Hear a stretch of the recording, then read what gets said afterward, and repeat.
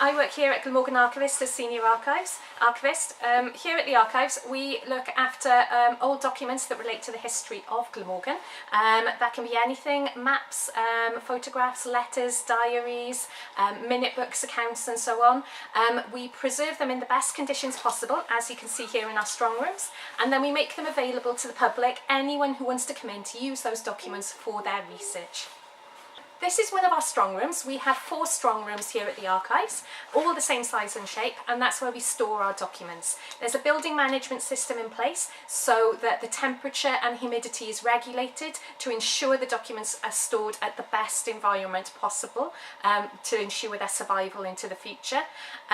All our documents are packaged as well into acid-free packaging. Again, that helps preserve them for the future, and everything is labelled and barcoded so that we can find exactly what we want. Altogether we have about 12 kilometres of records, much of it packaged in exactly the same way in brown boxes, grey boxes, so the barcoding is very important so that we can locate everything and put our hands on an item when someone asks to see it.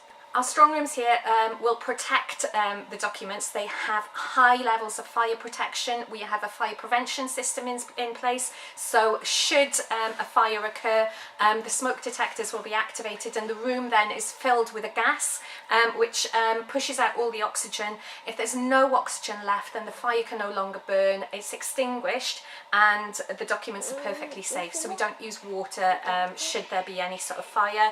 And it's also a very secure area of the building. It's a building within a building, so there's an outside shell to it as well, and it has secure access, card access into the strong rooms, so that's why we call them strong rooms, because they are very strong and secure for storing the material.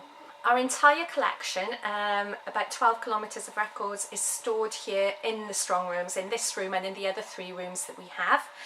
But we have other areas of the building where we provide access to members of the public to the collection. So the public don't come into the strong rooms. We issue documents in our search room where people undertake research.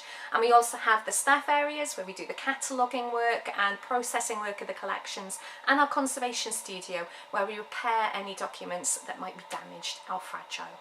All the documents that we have in the collection are generally accessible to anybody who wants to come in. We operate a free service, so anyone can come in, register with us and ask to see any of the items in the collection. Occasionally there may be items that have restricted access. It could be that an item is particularly fragile and so handling it would cause damage. So in those cases we would send the item up to our conservation studio, repair it and make it a bit more sturdy so that it can be used. Sometimes as well, if we have documents that are less than 100 years old and have personal information on individuals, those can be restricted in line with the Data Protection Act. But otherwise, the vast majority of our collection is available for anyone to access. Although we're based here in Cardiff and we serve an area in South Wales, anyone from anywhere in the world is welcome to come in and use the archives. Only this week we had visitors coming in from Russia. We have had visitors from Japan, from the Ukraine, from the USA, Canada, Australia, New Zealand, South Africa.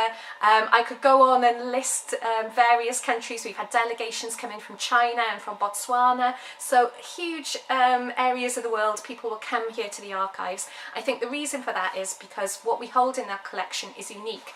There's only one copy, you can't find it anywhere else, so if you want to see the documents we hold, you have to come here to see them. All the documents we hold have to have some connection to the area that we serve. If people live in the Cardiff area and have generated documents, then they can come into the archives. It doesn't matter where in the world that people came from originally. If you've got a connection with Cardiff, then the documents will come here. And I think that's hugely reflected in our collection because, of course, Glamorgan was quite a sparsely populated area before the Industrial Revolution. There weren't that many people living here more than 200 years ago, so a lot of our collection is relatively modern in historical terms and does show how people came here from all over the world and settled in South Wales and made it the place it is today.